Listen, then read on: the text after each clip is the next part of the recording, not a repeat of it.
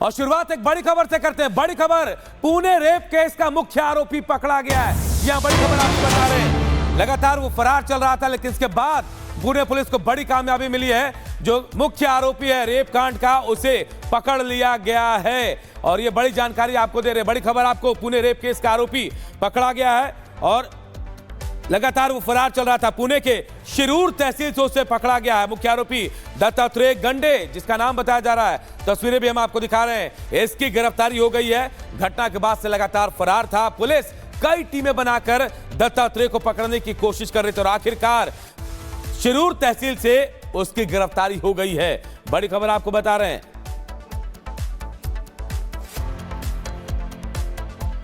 और एक और बड़ी खबर नेपाल से, जहां भूकंप के झटकों को महसूस किया गया। सुबह 2:05 पर यह भूकंप आया है और रिक्टर स्केल पर इसकी तीव्रता 5.5 मापी गई है। हालांकि नेपाल में यह भूकंप आया, लेकिन इसके झटके जो हैं वो बिहार में भी महसूस किए गए हैं। तो बड़ी खबर आपको बता रहे हैं, भूकंप के झटके एक बार नेपाल में, जी हाँ, नेपाल में महसूस किए गए हैं। और तड़के सुबह 2:26 पर यह भूकंप आया और इसकी तीव्रता रिक्टर स्केल पर 5.5 मापी गई। यानी 5 रिक्टर स्केल पर जब तीव्रता होती है तो इससे ज्यादा नुकसान की आशंका मानी जाती है। हालांकि अभी तक नुकसान की कोई खबर सामने नहीं आई है, लेकिन भूकंप के झटकों को बिहार में भी महसूस किया गया है। बड़ी खबर आपको बता रहे हैं।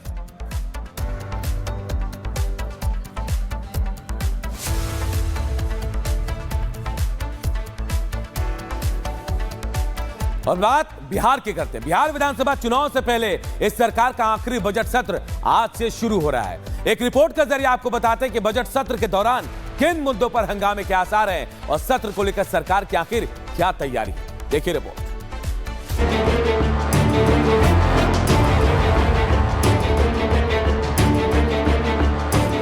बिहार में आज से बजट सत्र का आगाज होने जा रहा है। चुनावी साल होने के चलते इस बार जहां बजट सत्र में कई बड़े ऐलान हो सकते हैं, तो वहीं सदन में भारी हंगामे के भी आसार हैं। एनडीए और महागठबंधन के बीच कई मुद्दों को लेकर वार पलटवार देखने को मिल सकता है। बिहार विधानमंडल के बजट सत्र की तैयारियां पूरी कर ली गई हैं। सत्र से एक दिन पहले सुरक्षा व्यवस्थाओं को लेकर हाई लेवल मीटिंग की गई। इस बार बजट सत्र 28 फरवरी से 28 मार्च तक चलेगा।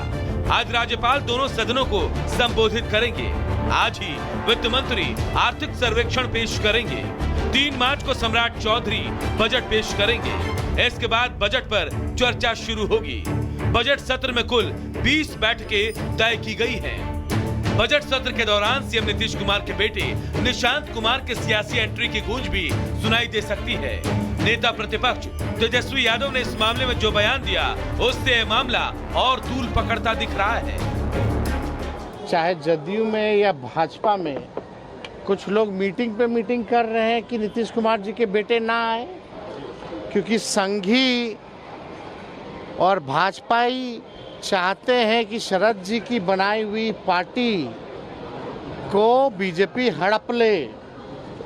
अगर निशांत आएंगे तो शायद शरद जी की आई हुई पार्टी शायद वो बचाने में कामयाब हो सके। वहीं दूसरी ओर प्रशांत किशोर ने जेडीयू के खिलाफ मोर्चा खोल दिया है और अब वो इस बार जेडीयू को खाता खोलने से रोकने के लिए जोर लगा रहे हैं। और इसके पीछे उनका क्या तर्क है, वो भी सुनिए। एक परिपाटी नीतीश कुमार ने बना दी है कि वोट जनता किसी को भी दे। जदयू का अगर 5-10 विधायक भी जीत जाएगा तो कहीं न कहीं गठजोड़ बनाकर फिर सत्ता में घुसने का कोशिश करेगा। इसलिए मैंने अपील की है कि जदयू का तो खाता ही नहीं खुलना चाहिए, ताकि न वो लालटेन के साथ जल सके, न कमल के फूल पर बैठकर तैर सके। बिहार में इसी साल विधानसभा चुनाव होने हैं। ऐसे में इस बार के बजट पर सबकी निगाहें टिकी है। माना जा रहा है कि चुनावी साल होने के चलते निश्चित तौर पर यह बजट लोक लुभावन होगा। हालांकि विपक्ष के लिए खतरे की घंटी हो सकती है, लिहाजा इस बार उसने सदन में सरकार को घेरने की रणनीति तैयार कर ली है।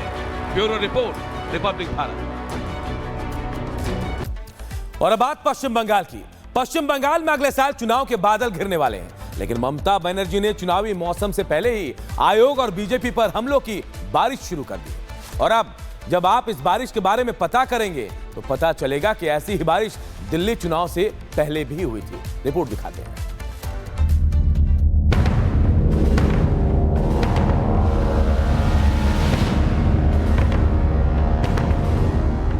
पश्चिम बंगाल पर चुनावी रंग चढ़ने लगा है। बीजेपी और टीएमसी की तैयारियां भी जोरों पर है, लेकिन इस बार के चुनावों का रंग कुछ बदला बदला सा लग रहा है, क्योंकि जो ममता बनर्जी अपनी जीत को लेकर हमेशा आश्वस्त रहती थी, उन्होंने इस बार चुनावी अभियान में पहले ही बता दिया कि बीजेपी और चुनाव आयोग की साठगांठ है। ममता ने गुरुवार को कार्यकर्ताओं को संबोधित करते हुए आरोप लगाया कि बाहरी लोगों को बंगाल पर कब्जा करने की इजाजत नहीं देंगे। ममता बनर्जी ने आरोप लगाया कि दिल्ली, महाराष्ट्र में भाजपा ने हरियाणा, गुजरात से फर्जी मतदाताओं का नामांकन करके चुनाव जीता है। ममता बनर्जी यही नहीं रुकी, उन्होंने बीजेपी के साथ साथ चुनाव आयोग को भी जमकर कोसा। 2026 के विधानसभा चुनाव से पहले फर्जी मतदाताओं को मतदाता सूची में शामिल किया जा रहा है। कोई भी चुनावी धोखाधड़ी, कोई कठपुतली चुनाव आयोग, कोई केंद्रीय एजेंसियों का दुरुपयोग बंगाल की नियति को नहीं बदलेगा। जब तक निर्वाचन आयोग निष्पक्ष नहीं होगा, तब तक स्वतंत्र एवं निष्पक्ष चुनाव नहीं हो सकते।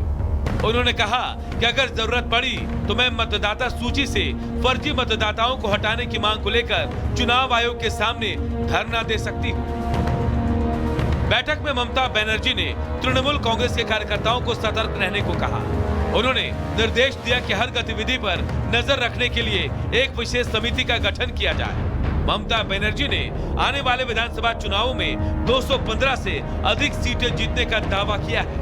गौर करने वाली बात यह है कि दिल्ली के चुनावों से पहले पूर्व सीएम अरविंद केजरीवाल ने भी यही आरोप लगाए थे। हालांकि उनके ये आरोप दिल्ली में आम आदमी पार्टी का किला बचा नहीं पाए, तो क्या बंगाल में दीदी को भी यही डर सता रहा है? Bureau report, Republic Bharat.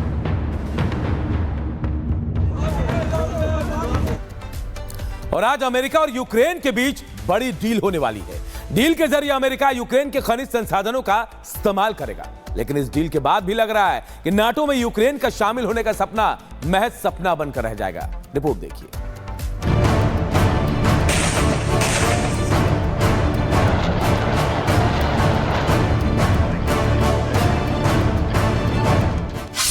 Zelensky Trump की मुलाकात,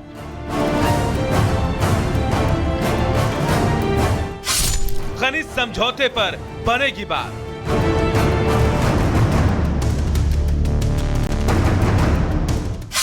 नाटो पर यूक्रेन को ट्रंप की नो।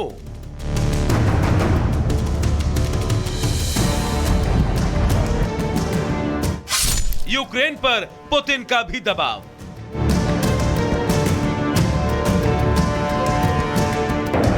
लगता है रूस और यूक्रेन के बीच चल रही जंग अब खत्म होने के कगार पर है, लेकिन इसके लिए यूक्रेन को भारी कीमत चुकानी पड़ रही है। यूक्रेनी राष्ट्रपति जेलेंस्की आज डोनाल्ड ट्रंप से मिलने अमेरिका पहुंच रहे हैं, जहां वो खनिज समझौते पर हस्ताक्षर करने वाले हैं। इस साइन के साथ ही अमेरिका यूक्रेन के दुर्लभ खनिज संपदा के इस्तेमाल करने का अधिकार हासिल कर लेगा।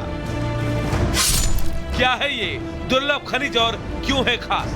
यूक्रेन में दुर्लभ और बेशकीमती खनिज का भंडार है, जो इलेक्ट्रॉनिक्स, सैन्य उपकरणों, बैटरी और हाईटेक इंडस्ट्री के लिए बेहद जरूरी है। दुनिया में इनकी सप्लाई फिलहाल चीन के नियंत्रण में है। अमेरिका नहीं चाहता कि इस बाजार में पूरी तरह से चीन का वर्चस्व रहे, इसीलिए वो यूक्रेन से इन्हें हासिल कर रहा है। इसी बीच नाटो की सदस्यता मांग रहे यूक्रेन को डोनाल्ड ट्रंप ने जोर का झटका दिया और कह दिया कि यूक्रेन को नाटो की सदस्यता नहीं दी जा रही है और न ही अमेरिका ज्यादा सुरक्षा की गारंटी देगा। यूरोपीय सहयोगी यूक्रेन की सुरक्षा की जिम्मेदारी लेंगे।